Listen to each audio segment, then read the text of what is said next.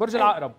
العقرب سنة صعبة، بدي اقول له للعقرب ما بحب انا اقول اول سنة صعبة، بس سنة نضال، في انفعالات شديدة شديدة للعقرب، لأنه وجود 4 كواكب ضد برجه. كيف 4 كواكب؟ عنده ساتورن وجوبيتر بالدلو بشكله 4، إذا بتروح من العقرب للدلو في 4 بيناتهم، وقبله 4 بيكون بالثور.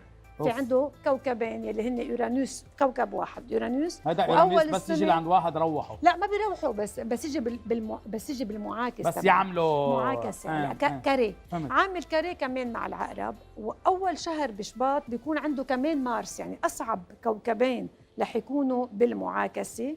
ما بيكونوا صعبين على الثور قد ما صعبين على العقرب. يعني العقرب هو أسوأ برج ب 2011 من يعني مش انه أسوأ، في عنده اوقات كثير منيحه، بس عنده اوقات عنده جبهات كثير، يعني هو اعصابه متينه على العقرب. العقرب بيقدر انه يسيطر على الوضع بدون اي ما بتحس عليه، يعني ما بيخليك تقشع انه هو تعبان، هو زعلان، هو عنده شيء.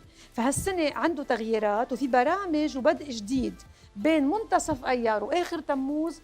إذا عرف استغلب هالفرصة وقري منيح الكتاب، إذا قري منيح وشاف مزبوط سمع أمتين، بيوصل كمان لوعود إيجابية ووعود كثير منيحة فلكية.